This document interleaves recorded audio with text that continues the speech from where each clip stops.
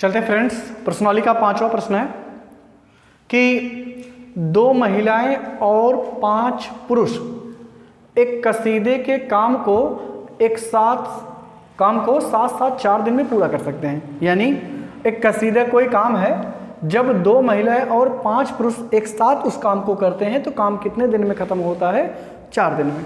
ठीक है, फिर से एक बार समझे।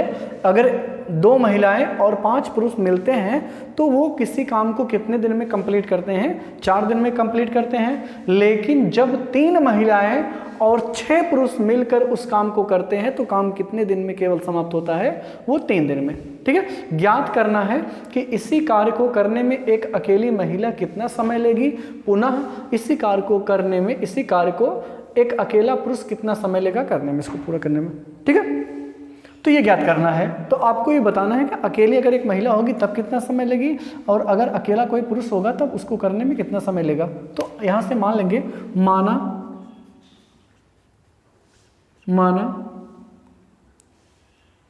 एक अकेली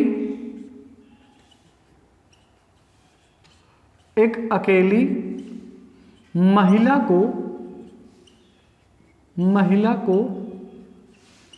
को कार्य करने में लगा समय कितना मान लेते हैं? वो मान लेते हैं x दिन। कितना? x दिन। तथा एक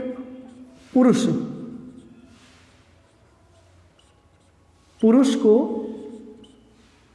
कार्य करने में कितना लगेगा? एक अकेला पुरुष जो है वो कार्य को करेगा तो कितना समय? कार्य को करने में लगा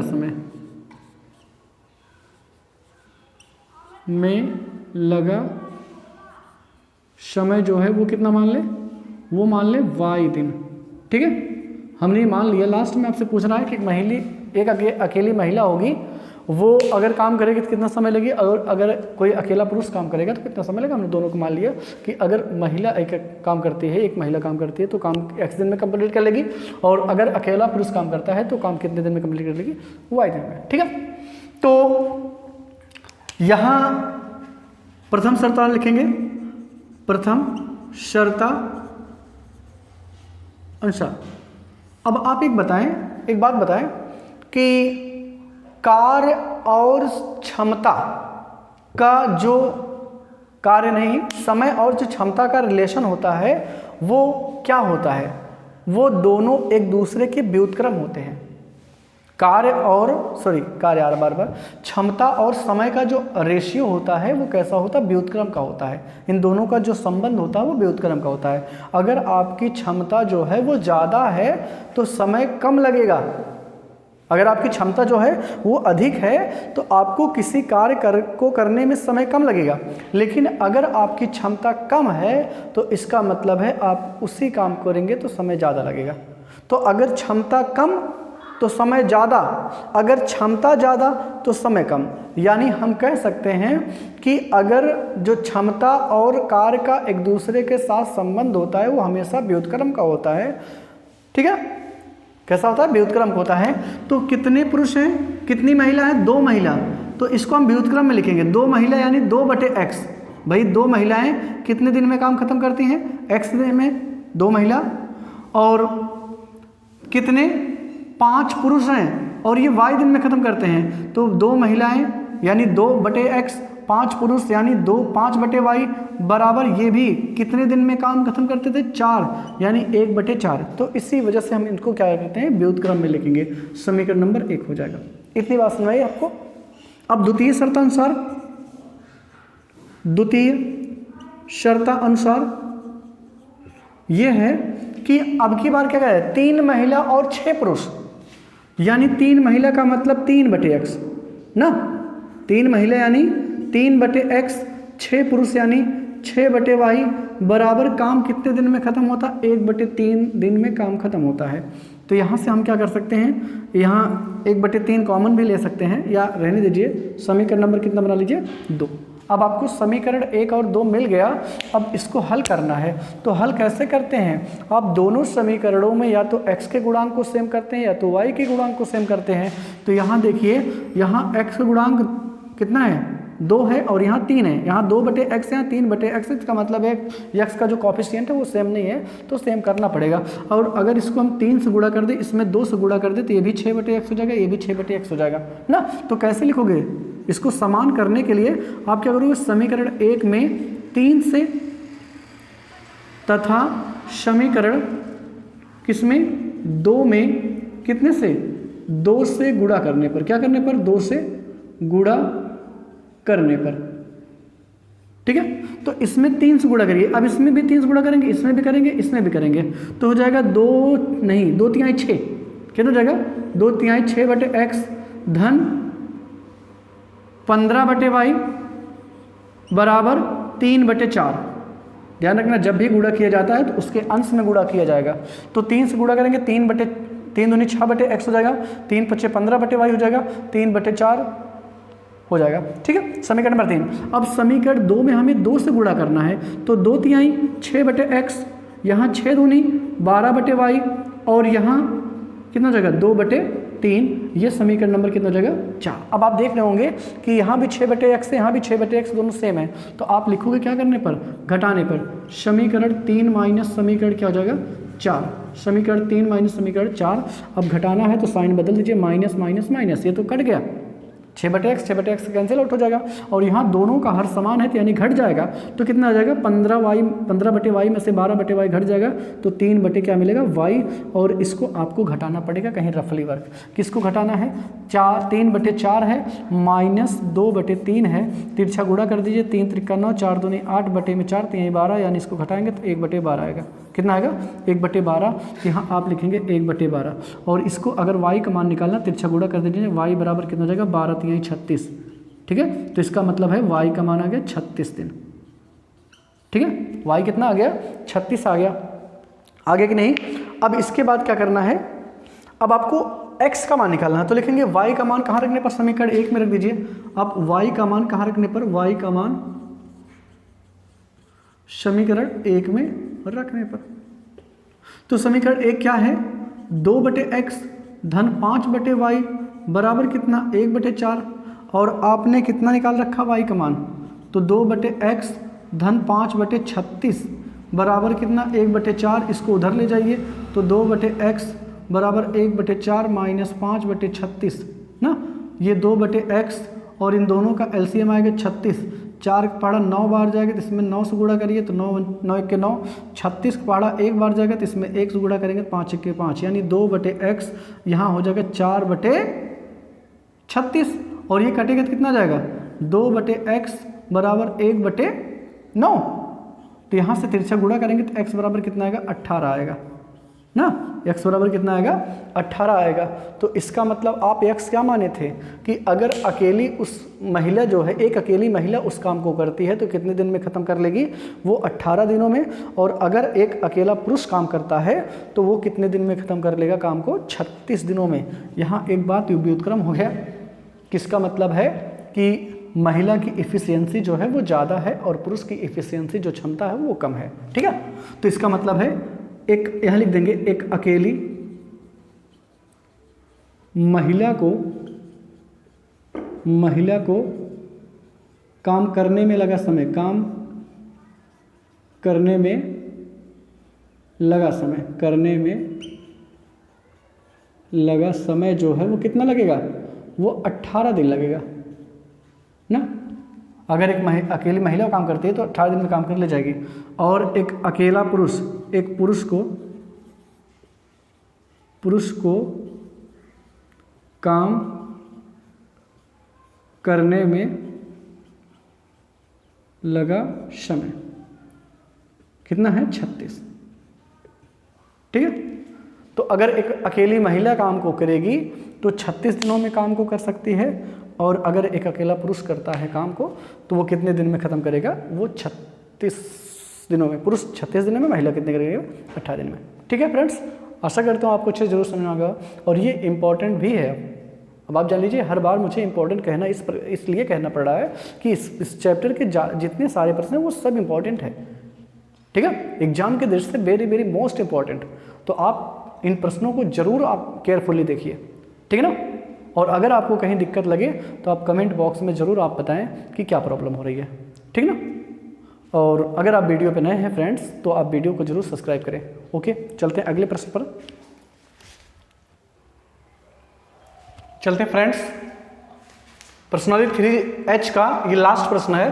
कहता है रोहित 300 किलोमीटर की दूरी पर स्थित अपने घर जाने के लिए, रोही जो है जिसका घर 300 किलोमीटर दूरी पर है, वो अपने घर जाने के लिए 2 प्रकार के साधनों का प्रयोग करती है। रोही 300 किलोमीटर की दूरी पर स्थित अपने घर जाने के लिए कुछ दूरी रेलगाड़ी से तथा कुछ दूरी बस से तय करती है ना। यानी वो अपने घर पहुंचने के लिए 2 प्रकार के साधन का प्रयोग करती है, एक रेलगाड़ी का प्रयोग करती है और एक बस का करती है, ठीक है। तो कहता है कुछ दूरी रेलगाड़ी से और कुछ दूरी बस से तय करती है। कहता है यदि वह 60 किलोमीटर की दूरी रेलगाड़ी द्वारा तय करती है और शेष दूरी जो है बस से तय करती है तो उसे घर पहुँचने में 4 घंटे का समय लगता है, ठीक है। फिर से एक बार समझ लो। कहता है यदि वो 60 किलोमीटर की दूरी जो है रेलगाड़ी से तय करके जाती है और बाकी जो शेष दूरी है वो बस से तय करके जाती है तो अपने घर वो कितने घंटे में पहुंचती है? 4 घंटे में। लेकिन यदि वह 100 किलोमीटर की रेलगाड़ी से 100 किलोमीटर की दूरी जो है रेलगाड़ी से और शेष दूरी जो है बस से तय करती है तो उसको 10 मिनट और अधिक लगते हैं। 10 मिनट और अधिक लगने का मतलब है 4 घंटे तो लगते ही हैं, लेकिन उसके बाद भी 10 मिनट और लगता है। तो क्या हो जाएगा? क्या पूछ रहा है? रेलगाड़ी और बस की चाल पूछ रहा है, तो मान लेंगे। यहाँ कैसे मानोगे? माना रेलगाड़ी की चाल, कितना मानोगे? माना रेलगाड़ी की जो चाल है वो कितना मान लें? वो मान लिया हमने x km पर आवर, ठीक है। माना रेलगाड़ी की जो चाल है वो कितना है? x किलोमीटर प्रति घंटा तथा बस की जो चाल है वो कितना है? वो है y km पर आवर, ठीक है। इतनी बात समझ आ गया? हमने दोनों की चालें मान लिया। रेलगाड़ी की चाल कितनी है? x किलोमीटर तथा बस की जो चाल है वो y किलोमीटर मान लिया। अब कहता है कि अब आप ये बताइए, अगर वो 60 किलोमीटर की दूरी रेलगाड़ी से जाती है तो कितनी दूरी जो है बस से तय करेगी? भाई टोटल है 300 किलोमीटर की दूरी, अगर वो 60 किलोमीटर रेलगाड़ी से तय करती है तो इसका मतलब है 240 किलोमीटर की दूरी जो है वो बस से तय करेगी। एक बात तो कंफर्म हो गई। तो यहाँ से प्रथम शर्तानुसार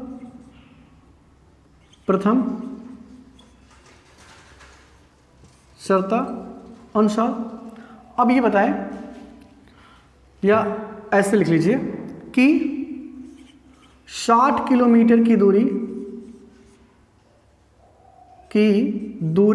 कौन सी चाल से? x किलोमीटर प्रति घंटा की चाल से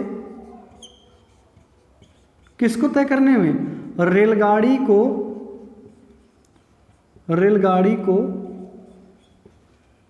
तय करने में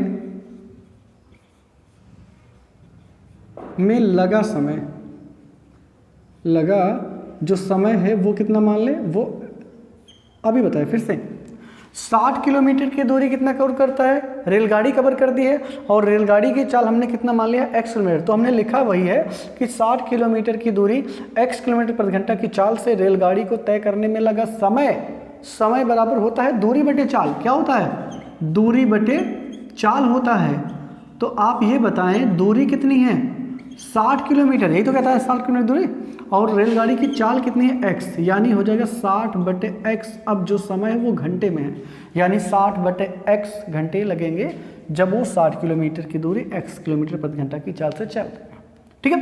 अब फिर लिखोगे आप, अब बताइए अगर 60 किलोमीटर की दूरी रेलगाड़ी से तय करती है तो इसका मतलब है 240 किलोमीटर की दूरी वो बस से तय करेगी। तो आप लिखोगे 240 किलोमीटर की दूरी कौन से km से? कौन km पर आवर की? y km पर आवर की चाल से किसको तय करने में लगा? चाल से बस से तय करने में लगा समय। बस से तय करने में लगा समय। बस से तय करने में लगा समय। अब समय बराबर, फिर आप बताएं करने में लगा समय, समय बराबर फिर क्या होता है, दूरी बटे चाल होता है। तो यहाँ से क्या हो जाएगा, दूरी कितनी है 240, 240 है दूरी, कितनी है 240 बटे में कितना है y है, ये हो गया। ठीक है, ये इतने घंटे का समय लगेगा। ओके, अब आप लिखोगे प्रथम शर्तानुसार, इसका मतलब है कि दोनों समयों को मिलाकर जो समय बस रेलगाड़ी में जाने में समय लगा होगा और जो दूरी बस से कवर करने में लगी है समय, दोनों को मिलाकर 4 घंटा लगता है।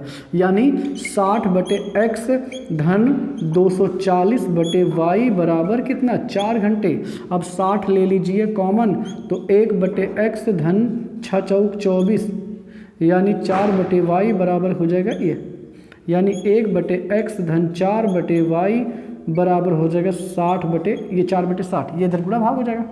ठीक है, और अगले स्टेप में आएगा 1 बटे x धन 4 बटे y बराबर 1 बटे 15। ये समीकरण नंबर हो गया कितना, ये समीकरण नंबर 1।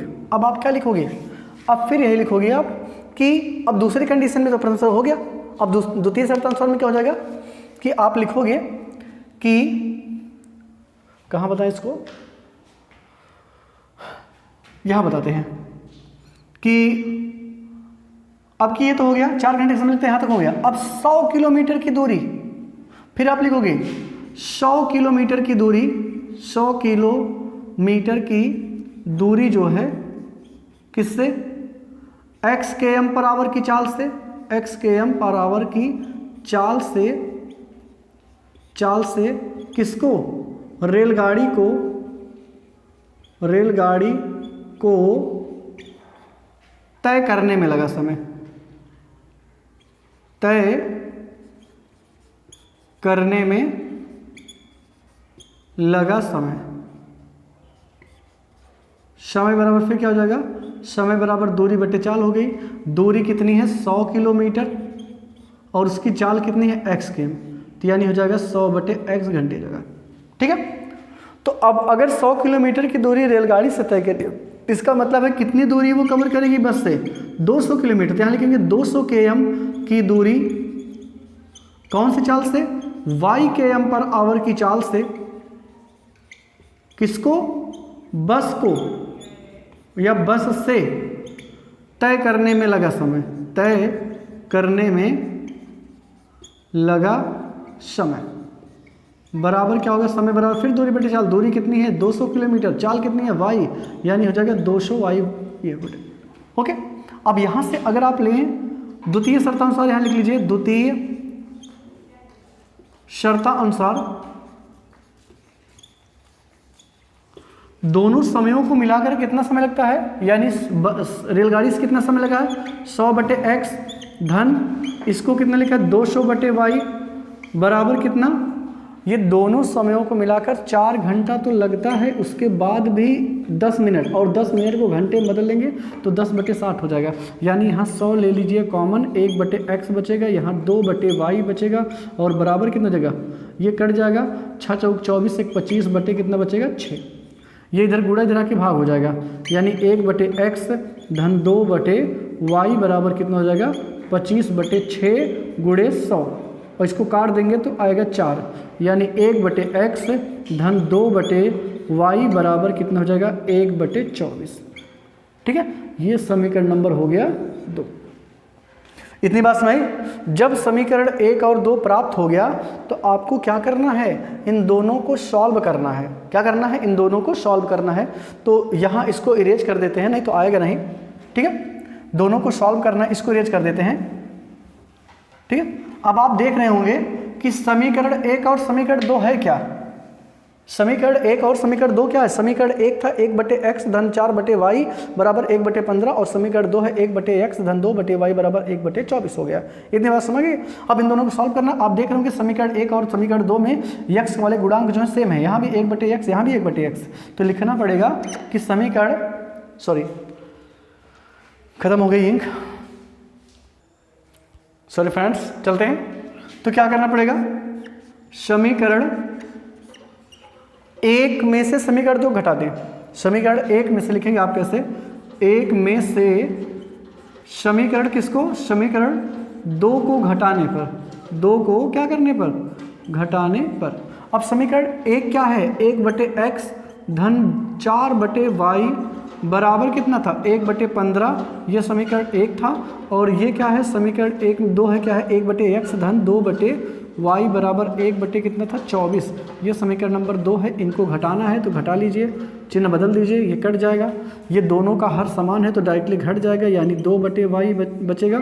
और इन दोनों को कहीं आपको रफली वर्क सॉल्व करना पड़ेगा, तो रफली वर्क सॉल्व करेंगे तो 1/15 माइनस 1/24, ठीक है, ओके।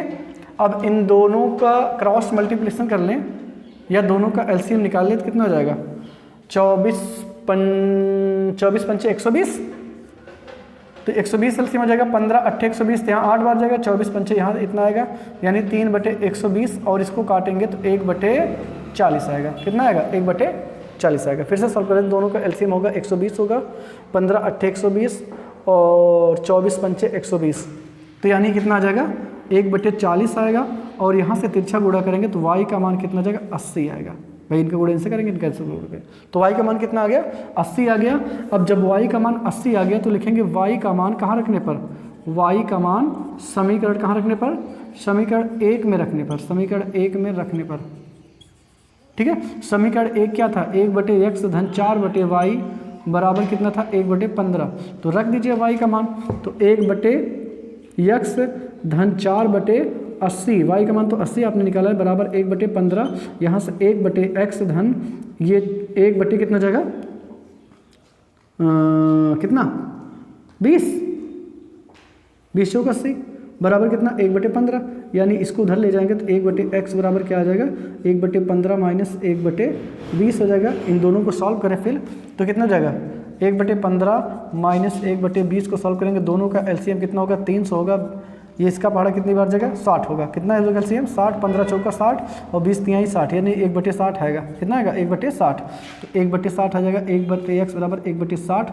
और यहाँ से तिरछा गुणा करेंगे तो x बराबर कितना आएगा, 60 आएगा। तो y का मान कितना आ गया, 80 और x का मान कितना आ गया, 60। इसका मतलब है रेलगाड़ी की जो चाल है वो कितनी है, 60 है। तो यहाँ पर लिख देंगे रेलगाड़ी की चाल बराबर कितना है, रेलगाड़ी की चाल जो है वो कितना है, 60 km/h, ठीक है। तथा बस की जो चाल है, बस की चाल जो है वो कितना है, वो है 80 km/h, ठीक है। ये रहा आंसर। और ये फ्रेंड्स, ये क्वेश्चन जो है वेरी वेरी मोस्ट इंपॉर्टेंट, ये जब भी आएगा तो 6 नंबर का आएगा, ठीक है। और ये ज़्यादा कठिन तो नहीं है, थोड़ा सा कठिन है। आप इसको अगर ध्यान से देखें तो 100% ये मेरा दावा है कि आपको ज़रूर आएगा और आपको समझ में भी आएगा होगा, ठीक है। ओके फ्रेंड्स, तो उम्मीद करता हूँ आपको वीडियो ज़रूर अच्छा लगा होगा। और अगर ये आपको वीडियो अच्छा लगा है तो आप अपने फ्रेंडों को, अपने दोस्तों को ज़रूर शेयर करें। और हाँ, अगर आप वीडियो पर नए हैं तो आप वीडियो को ज़रूर सब्सक्राइब करें, ठीक।